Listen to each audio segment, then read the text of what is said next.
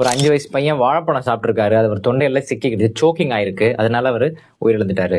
Soaking ஆனா நம்ம உடனே செய்ய வேண்டிய ப்ரொசீஜர் பேரு ஹைம்லிக்ஸ் மனூவர். இதை பத்தி நான் ஆல்ரெடி நிறைய வீடியோஸ்ல சொல்லியிருக்கேன், திரும்பவும் சொல்றேன்.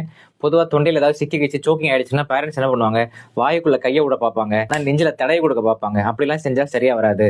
அதுக்குன்னு ஒரு ப்ரொசீஜர் இருக்கு. ஒருத்தவங்களை பஞ்ச் பண்றப்ப கை எப்படி வச்சுக்கணும், இது பேர் தான் ஃபிஸ்ட் அப்படின்னு சொல்லுவோம். இந்த மாதிரி கையை வச்சுக்கணும். கட்டை விரல் கீழே இருக்கணும். ஜைஃபாய்டு ப்ராசஸ்க்கும் அம்பிளிகஸ்க்கும் சென்டர்ல இதை கையை வச்சுக்கணும்.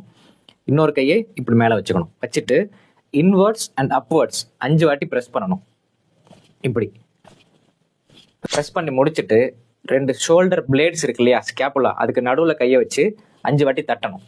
இந்த சைக்கிளை நம்ம ரிப்பீட் பண்ணணும். அப்டாமினல் த்ரஸ்ட் 5 வாட்டி கொடுக்கணும். முதுகுல தட்டுறதும் 5 வாட்டி செய்யணும். இதுல கண்டிப்பா எப்பேற்பட்ட சோக்கிங்கா இருந்தாலும் உடனே ரிலீஃப் ஆயிடும், வெளியில வந்துடும். இந்த ஹெம்லிக்ஸ் மனோவர் ஸ்கூல்ல உள்ள எல்லா டீச்சர்ஸ்க்கும் தெரிஞ்சிருக்கணும், பேரண்ட்ஸ்க்கும் தெரிஞ்சிருக்கணும், ஸ்டூடெண்ட்ஸ்க்கும் கண்டிப்பா தெரிஞ்சிருக்கணும். ஸ்கூல்ல ஸ்நாக்ஸ் சாப்பிடும்போது பசங்களுக்கு இது மாதிரி சோக்கிங் ஆயிடுச்சு அப்படின்னா கூட உள்ள பசங்களே ஃபர்ஸ்ட் எய்ட் பண்ணி சரி பண்ணலாம். இப்ப நமக்கு சோக்கிங் ஆயிடுச்சு, கூட நம்மளை காப்பாத்த யாருமே இல்ல. இப்ப நம்ம என்ன பண்றது?